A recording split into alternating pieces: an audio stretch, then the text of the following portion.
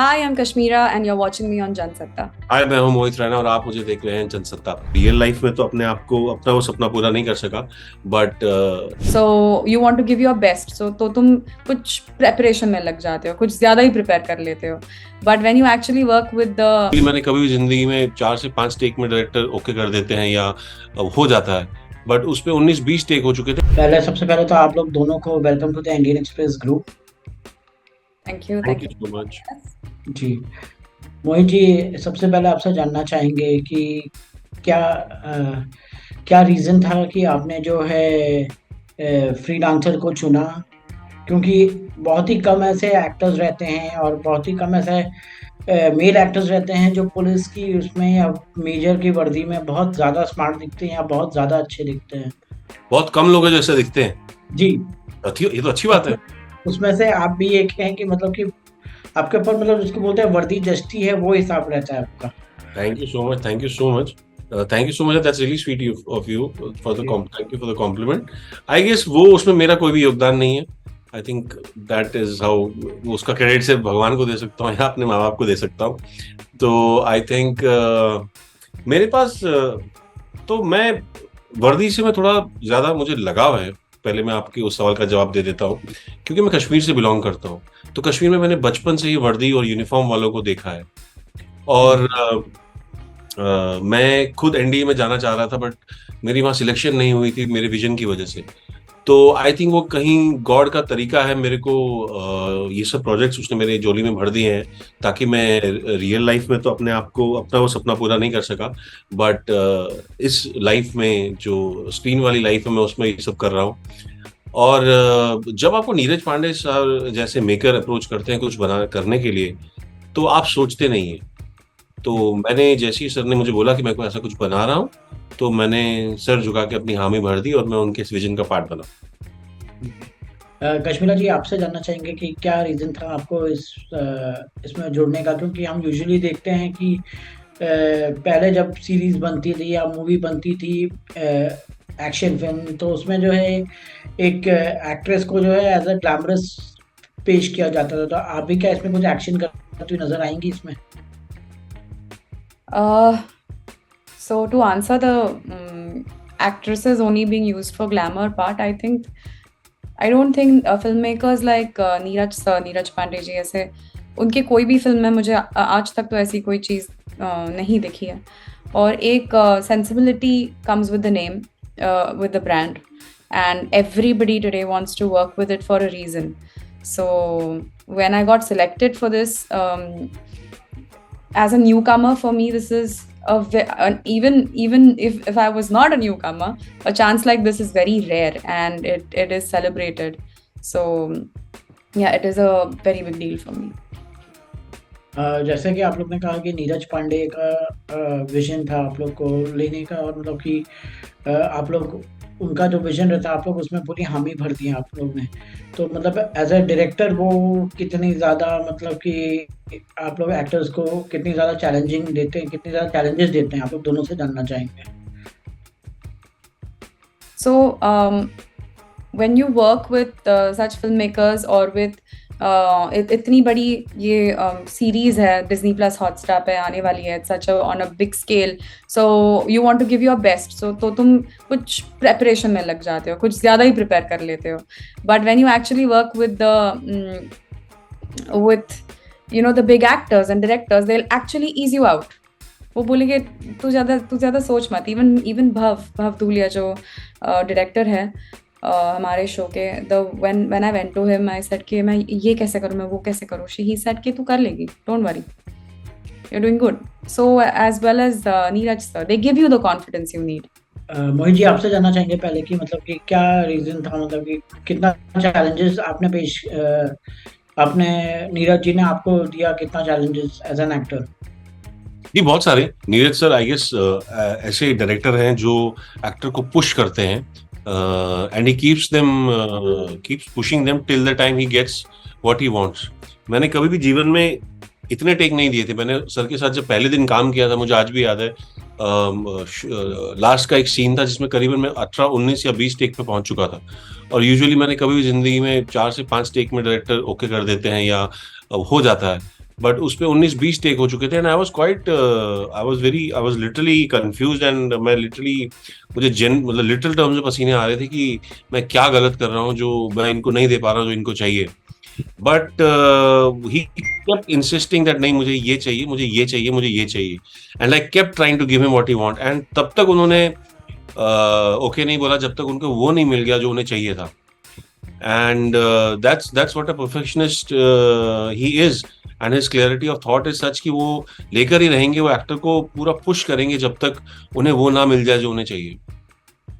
इस सीरीज की बात की जाए तो इस सीरीज जो है एक बुक के ऊपर लिखी गई है। शिरीष थोराट की बुक थी टिकट टू सीरिया करके। तो जी, कैसे मतलब कि आप लोग ने जो है मतलब कि बुक्स में से कितना आप लोग ने रखा उस चीज को एज एन एक्टर अपने साथ, और कितना जो है बाकी को छोड़ दिया आपने? So, for me, when it started, we had discussed to not refer the book before, because I have read the book, but later, because sometimes that somewhere kuch, it can take you on a different path. It can take you on a different path. So I stuck to the script, which is also a well-written script will give you all the information you need, in my opinion. Mohit ji, आपसे जानना चाहेंगे आपने कितना part रखा अपने ऊपर, कितना छोड़ दिया? नहीं, मैंने एक्चुअली बुक पढ़ी थी क्योंकि नीरज सर ने मुझसे कहा था कि तुम्हें किताब पढ़ो। मैंने वो किताब पढ़ी थी और मुझे उनके जो वर्ल्ड वो क्रिएट करने जा रहे हैं उसका मुझे आइडिया था। ऑब्वियसली तब तक स्क्रीन प्ले और स्टोरी लिखी नहीं गई थी, उसके बाद लिखी गई वो सब एपिसोड्स लिखे गए, जिसमें काफी टाइम लगा था बिकॉज बीच में कोविड आ गया था। तो रितेश शाह जो राइटर हैं वो इस तरीके की कहानियों के लिए जाने जाते हैं, उन्होंने इस कहानी को पिरोया। तो ये बुक का सिर्फ मैं कहूंगा कि एक आउटर पर्सपेक्टिव लिया गया, एक सिचुएशन ली गई है। ऑब्वियसली कंप्लीटली बुक को आप सीन बाय सीन या पेज बाय पेज या चैप्टर बाय चैप्टर अडैप्ट नहीं कर सकते, बिकॉज किताब को पढ़ने का तरीका और किताब की ऑडियंस बहुत अलग होती है। जब आप किताब पढ़ते हैं तो किताब का सबसे बड़ा यूएसपी होता है कि किताब वही लोग पढ़ते हैं जिनमें बहुत पेशेंस होती है, बिकॉज किताब पूरी खत्म करने के लिए आपको बहुत पेशेंस चाहिए होती है, और विजुअल मीडियम ऐसा नहीं है। So to keep the audience engaging, कि वो आपका वो पॉज बटन दबा के कहीं और ना चले जाए या फास्ट फॉरवर्ड ना करें, आपको वो लिखाई आपकी बहुत अलग हो जाती है और आपको उसको एक एंटरटेनमेंट पर्सपेक्टिव से भी बनाना पड़ता है। तो वही उस सर ने इसके साथ भी किया है। सो एक आउटर पर्सपेक्टिव उसका है, बट जो एंटरटेनमेंट पर्पस की कहानी है वो फ्रीलांसर बहुत उससे किताब से अलग है। सर, आपसे ये भी जानना चाहेंगे कि अनुपम खेर, लेजेंडरी एक्टर अनुपम खेर भी जी हैं आपके साथ इस जी, सीरीज में, तो क्या आउटपुट दिया उन्होंने आपके साथ? मतलब कि कैसा रहा आपके साथ काम करने का? वो क्या जी, है? बहुत अच्छा। अनुपम सर तो बहुत ही सीनियर एक्टर हैं, बहुत ही लेजेंडरी एक्टर हैं। 500 से ज्यादा तकरीबन आई गेस उन्होंने फिल्में की हैं। तो जब आपको ऐसे अदाकार के साथ काम करने का मौका मिलता है तो I think you just observe them and learn. आप उनसे कुछ सवाल नहीं पूछते हैं या वो कुछ, मैं I was just making sure कि मैं अपनी लाइंस याद रखूं कंप्लीटली और मैं किसी तरीके का भी कुछ फंबल ना करूं और I don't mess it up, because एक सीनियर एक्टर के सामने अच्छा नहीं लगता है। तो आई थिंक मेरा वही प्लान था, और बहुत ही शांत तरीके से सर ने वो काम मैंने उनके साथ खत्म किया, and I think it's been a memorable experience. Personally sir को मैं पहले से थोड़ा सा जानता हूँ, पर प्रोफेशनली मैंने उनके साथ पहली बार काम किया, so I was very happy. Okay. Kashmira ji, आपका कैसा एक्सपीरियंस था? बहुत ही अच्छा। For me, the cast, I have not worked with, I've not shot with Anupam sir, but जब 2 दिन पहले हमारा पोस्टर रिलीज हुआ, so me, my family was so happy to see the first poster that I'm sharing with Anupam sir and with Mohit. That's something that I'll always remember. Okay. आपने जो है कश्मीरा जी, आपने जो है साउथ की फिल्मों में भी काम किया है और फिर यहाँ पे काम करने का, तो क्या क्या सिमिलरिटी दिखती है, क्या डिफरेंस दिखती हैं आप? Um, differences are mainly linguistic, because यहाँ की languages, literally there are like three languages I've worked in: Tamil, Telugu, Kannada, and all are quite different if you don't know any of the South Indian languages. If you know one, then you catch on to the others.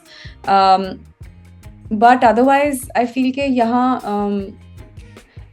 what I like is the stories are there has been more tradition. There is still more tradition.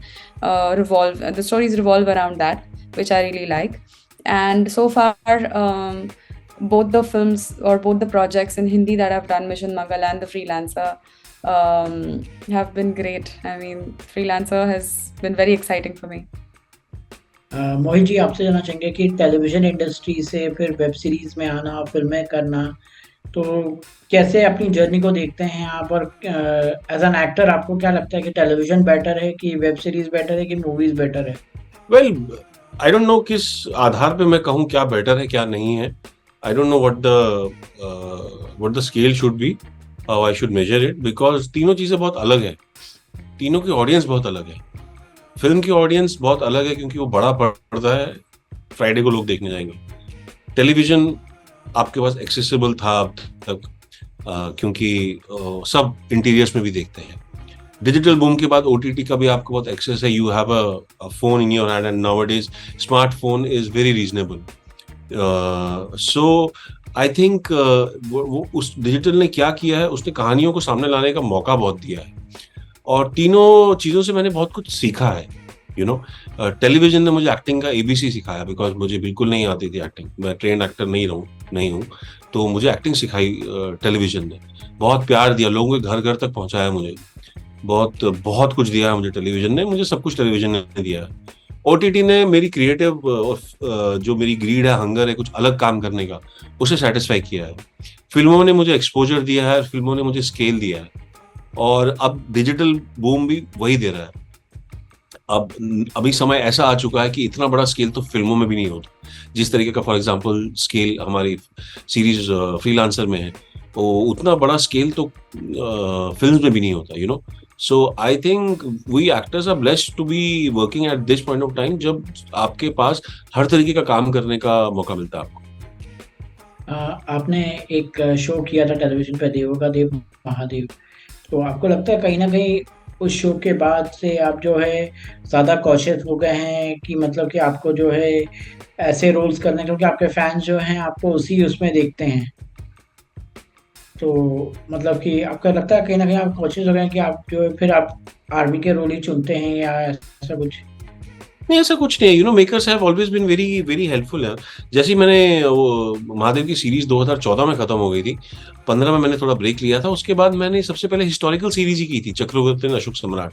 और उसके बाद 21 सरफरोश की कहानी आई थी जो सारागरी की battle पे based थी, तो मैंने वो की थी. तो ये सब चीजें मुझे खुद अप्रोच हुई थी. I mean this is not something that I had planned.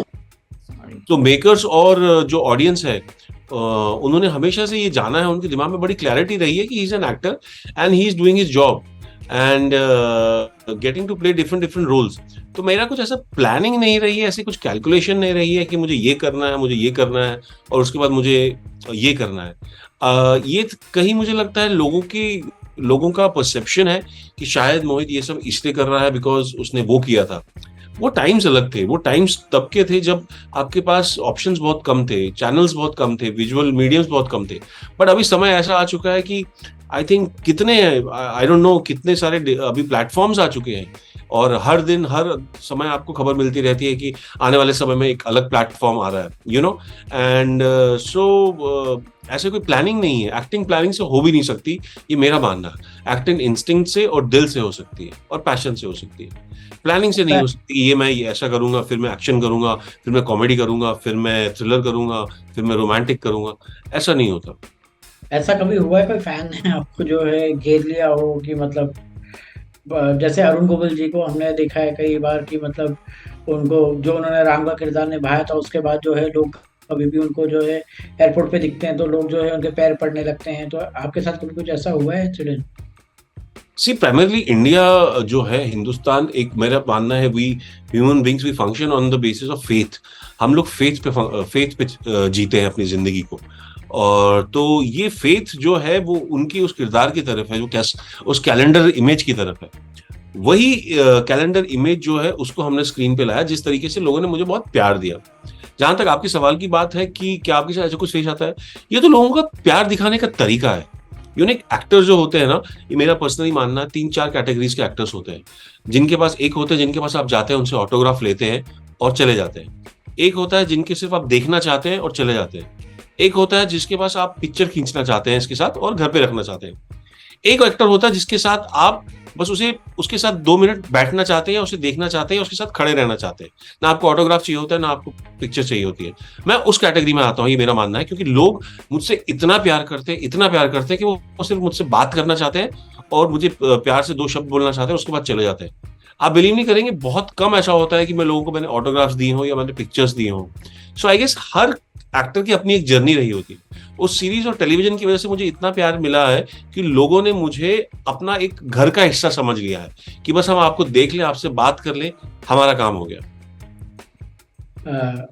Kashmir जी, आपसे जानना चाहेंगे कि मतलब इसके मिशन मंगल के बाद आपका आपकी जो है मतलब कि इतना लंबा गैप हो गया और फिर आप जो है साउथ के उसमें चली गई, साउथ की सीरीज करने लगी, तो ऐसा क्यों, क्या रीजन था, जानना चाहेंगे हम। सो मिशन मंगल के साथ मैंने 3 फिल्में उस साल साइन करी थी 2018 में, जो ऑब्वियसली 19 में रिलीज हुई एंड 2020 में तो कोविड आ गया, so lost 1.5 years there. And also मैंने 4 फिल्में 4 लैंग्वेजेस में इसीलिए करी थी because I come from a completely non film background. तो मुझे पता नहीं था कि people will like me, people will not like me, मैं स्क्रीन पे कैसे लगूंगी, मैं कौन सी लैंग्वेज में ज़्यादा मुझे रिस्पॉन्स मिलेगा। Mission Mangal had a great I got a very nice response from Mission Mangal, but I also wanted to come in a lead space. I don't mind not being in the lead space, but I also wanted that option open. So while after I did Mission Mangal, except that I've done all in the lead space, which is in the south, and then I thought कि ये करके थोड़ा experience लेके I want to come with a really nice director, with a really nice team, and a really nice story to tell, जहाँ पे I can also show that I can perform. And लगता है ये show आपके लिए एक boom साबित होगा आपके करियर के लिए। thank you so much. आपको क्या लगता है, मतलब कि आपको लगता है ये शो आपके करियर के लिए बूम साबित होगा? Yes, when there is a reason now why I was waiting to work with Neeraj sir. I didn't think that it will happen so soon, but it has, and I'm grateful and I've given my all. What happens to me after that is up to the audience. Mohit ji, आपसे जानना चाहेंगे कि भोकाल के character से और आपके freelancer के character से कितनी सिमिलैरिटी हम देखेंगे इसमें? कुछ भी नहीं, बहुत अलग कहानियां, अलग अलग जॉनर है, अलग कहानियां हैं, अलग किरदार है, बैक स्टोरी बहुत अलग है, कुछ भी सिमिलैरिटी नहीं है। बस मे बी आपको वेपन्स एंड एक्शन और थ्रिल वाला एलिमेंट आपको लग रहा है, बट कैरेक्टर स्केच, कैरेक्टराइजेशन, उसकी रीजनिंग, उसकी सिचुएशन, उसका परफॉर्मेंस, उसका अप्रोच, दोनों का पोल्स अपार्ट है। जैसे कि मैंने पहले ही बताया, मैंने इस तरीके का किरदार कभी नहीं निभाया है। ओके, आप लोग के फ्यूचर प्रोजेक्ट्स के बारे में जानना चाहेंगे, क्या फ्यूचर प्रोजेक्ट्स हैं आप लोग? So I have 2 projects in the south, और जनवरी में ही मेरे 2 रिलीज भी हुए थे, तो right now freelance is the focus and then I am doing 2 projects in the south here. Okay, अब वही जी आपके? मेरे प्लान्स ये हैं कि मैंने मुंबई डायरीज का सीजन 2 फिनिश कर लिया है। आई थिंक वो भी कुछ दिनों में बाहर आ जाएगा और उसके बाद I will do something else. और तब तक अगर फ्रीलांसर को बहुत सारा प्यार मिला तो फ्रीलांसर का कुछ और करेंगे। लास्टली क्या मैसेज देना चाहेंगे अपने फैंस को आप? मैं फैंस को ये मैसेज देना चाहूंगा कि प्लीज, आज मैं जो कुछ भी हूँ, मैं सिर्फ और सिर्फ जेन्युइनली आप लोगों के प्यार की वजह से हूँ। एंड प्लीज एक सितंबर को डिज्नी प्लस हॉटस्टार पे एक सीरीज देखिए, फ्रीलांसर। ये बहुत ही मेहनत से, बहुत ही प्यार से बनाई गई है और बहुत ही एंगेजिंग सीरीज है। It's I think it's the best extraction sequence series that you would see in coming times, and I think first series that is being made in Hindi in digital platforms. So please people who have subscribed to Disney Plus Hotstar, please देखिए, और जिन्होंने नहीं किया है subscribe, please जाके subscription लीजिए। I promise, I assure you, you won't regret it. Kashmira ji, आप? Please watch The Freelancer. If you've not watched the trailer, go and watch that first so that I won't have to convince you further to go and watch Freelancer on 1st of September on Disney Plus Hotstar.